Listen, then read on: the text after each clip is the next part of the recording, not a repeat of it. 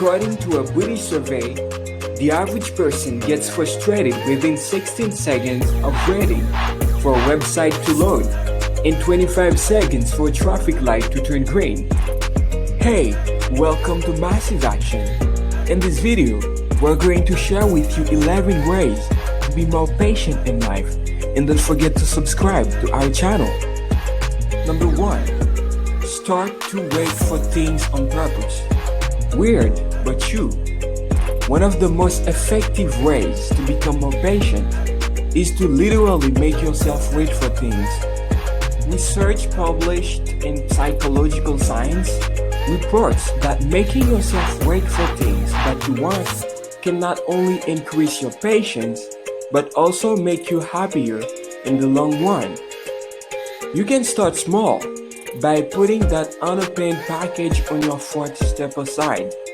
When you get home and tend to it later, then you can try bigger things like putting off a purchase that you really want.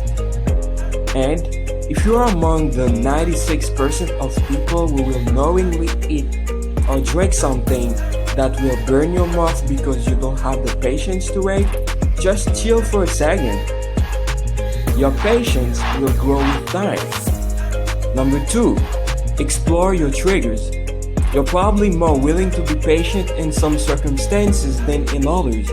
So what makes the difference? As you pay closer attention to losing your patience, think about the antecedents to these events.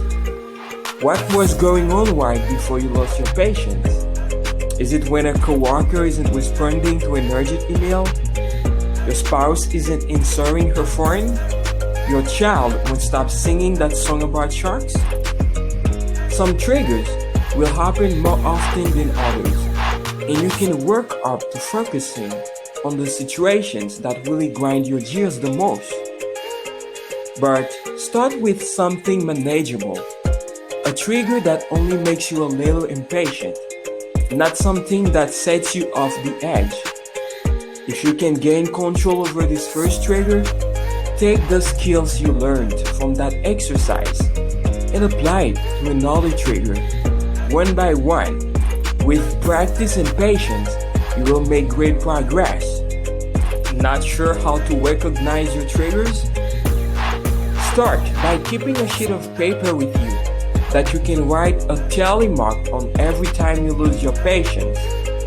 Doing this will help you control your impulse of getting mad, because you will learn to become more aware of it. When you acknowledge your triggers, you may be better suited to take control over your feelings and calm down a bit. Number 3, put unimportant things aside. There are a lot of things you probably do that take time away from the more important things on your agenda. So one way to gain patience is to gain time. Take a few minutes to look at what you are doing on every day and try to remove 2 or 3 tasks that take up time but aren't really that important. You need to figure out what's a priority and what can be either delegated to someone else or eliminated together. Number 4, practice mindfulness. Yes, I realize this topic comes up a lot, but for good reason. Many of us think about several things at one time, jumping from one thought to the next without pausing to finish the first task. We all live lives full of interruptions as we try to take on too much at once, yet never feel like we're making any progress. Those who are very well versed in mindfulness recognize patience as being one of the 7 pillars of this practice. Because with patience, we can accept the fact that some things have to unfold on their own, and the time frame is out of our hands. Mindfulness reminds us that patience is a type of wisdom that lets us know that everything in the world is in its own process, then cannot be hurried. Number 5, respond, don't react. When you confront an inconvenience with resistance, you're probably going to get frustrated pretty quickly because you're looking anyway to remove the challenge ahead of you. However, if you respond instead of reacting to the unplanned circumstance, you may realize that the source of your typical frustration isn't the inconvenience itself, but the feelings that it stirs up inside of you. You can try asking yourself these questions. Do I have any control over this situation? What do I have control of right now? Is my impatience helping or hurting the impact that the problem is having on me? What response would be the most helpful right now? Number 6. Devote an entire day to being patient. Set one day aside and make being patient your short-term goal for the whole day. Make an effort to think about everything you do as you take your time growing about the day. When the day is finished, think back on all of the ways you've been able to make smart choices, collaborate with other people, and understand the things going on around you. After you do this for one day, put forth the effort to be persistent and do it on a more regular basis. Number 7. Practice pausing before speaking. If you're like me, you may sometimes have the tendency to blurt out the first thing that comes to mind without thinking about any potential consequences.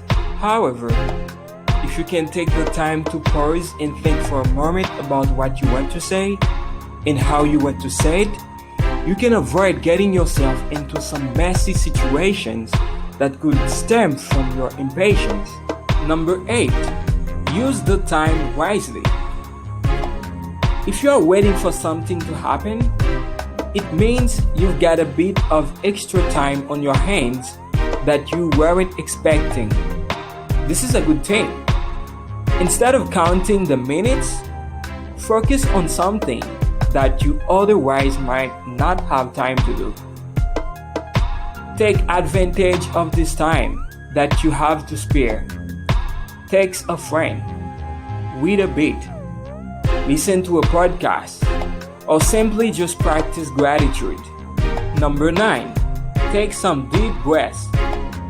Possibly most importantly, try to relax and take some slow, deep breaths. This will naturally help calm your body down and relax your mind if you're starting to feel impatient. If you're still feeling upset after doing some deep breathing, go for a short walk and try to clear your head that way. Try doing some walking meditation so you can alter your focus to things that are more important than whatever is bringing you down. Number 10. Understand that being irritated is addicting. When it comes to emotional safety, we want what we want. We want to get ahead, and we want to achieve more than the person next to us. This isn't necessarily bad. It's just biology. That urge to protect ourselves is addicting. So in order to grow patience, you need to learn to battle any feelings that are the opposite of patience, including anger, irritation, blame, and frustration. Number 11. Change your story. Give yourself a pep talk as you're focusing on your vulnerability of becoming impatient. Don't fuel the story with how wrong everything is around you, or make up some possible extreme circumstances that may be the cause of your frustrations. Whenever you start feeling impatient, remember that you've been given an opportunity to grow by reminding yourself that you're a tolerant person who is stronger than whatever force you're unfortunately facing. Try the strategies laid out in this video to help you learn to be more patient. And don't forget to subscribe to Massive Action